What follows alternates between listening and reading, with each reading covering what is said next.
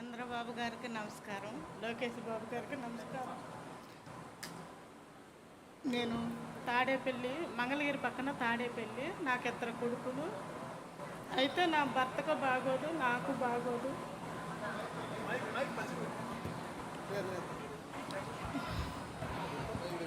నాకు బాగోదు, నా భర్తకి బాగోదు. అయితే నాకు ఇద్దరు కొడుకులు.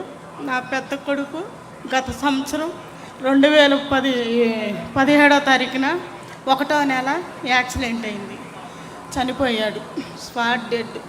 అయితే దిక్కు తోచక, ఎందుకంటే ఆ బిడ్డే మా కాదన్న, మమ్మల్ని చూసే బిడ్డ. ఎందుకంటే పెళ్ళిళ్ళు కాలేదు పిల్లలిద్దరు. అయితే పెద్ద కొడుకు కాబట్టి వాళ్ళ నాన్నగారికి బాగోదు, నాకు బాగోదు అని ఆయనే బాధ్యత తీసుకొని 8 సంవత్సరాల నుంచి మా ఇద్దరికి బాగోకపోతే చూసుకుంటా ఉన్నాడు. అట్టాటి బిడ్డ కోల్పోయలేక దిక్కు తోసక, ఏ సాయం లేక అన్యాయం అయిపోయి అల్లాడిపోతున్న సమయంలో మన వెంకట్రావు గారు, మన గ్రామానికి వెంకట్రావు గారు వైట్ పేషెంట్ ఉన్నారు.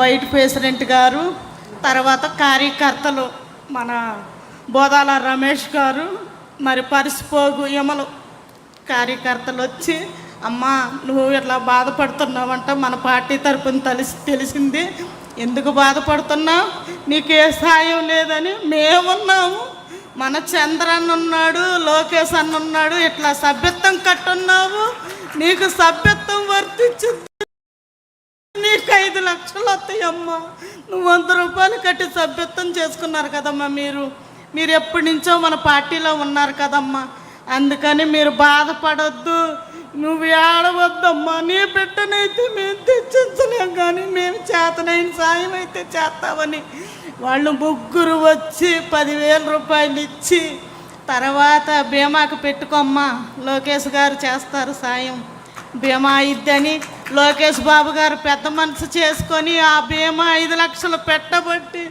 ఆ 5 లక్షలను మాకు అందబట్టి నా చిన్న కుమారుడికి పెళ్లి చేసుకొని నా ఆర్థిక పరిస్థితులన్నీ తీర్చుకొని మేము ఇలా ఉన్నామంటే చంద్రబాబు గారు, లోకేష్ బాబు నా పుట్టింటి వాళ్ళలాగా ఆదుకున్నారు, నా తోడ పుట్టిన వాళ్ళలాగా. లోకేష్ బాబు గారు, చంద్రబాబు గారికి నేను జీవితకాలం రుణపడి ఉంటాను. నా జీవితం అంతా ఈ పార్టీకే నేను నిలబడతానని నేను హామీ ఇస్తున్నాను.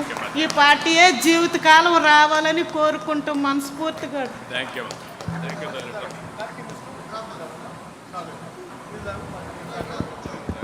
విశ్రాంతమ్మ గారికి ధన్యవాదాలు.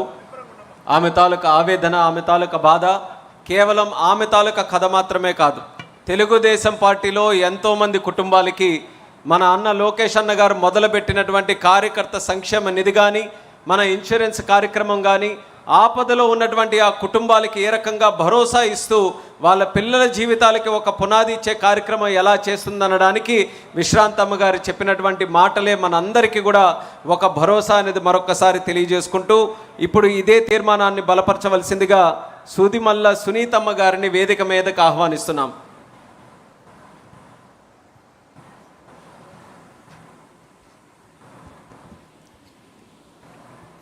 దైవ సమానులైన చంద్రబాబు నాయుడు గారికి నా నమస్కారాలు, అలాగే లోకేష్ బాబు గారికి నా హృదయపూర్వక నమస్కారాలు, సభను అలంకరించిన పెద్దలకి, మరి ఎదురుగా ఉన్న అందరికీ నమస్కారాలు. నేను ఒక గృహిణి, మరి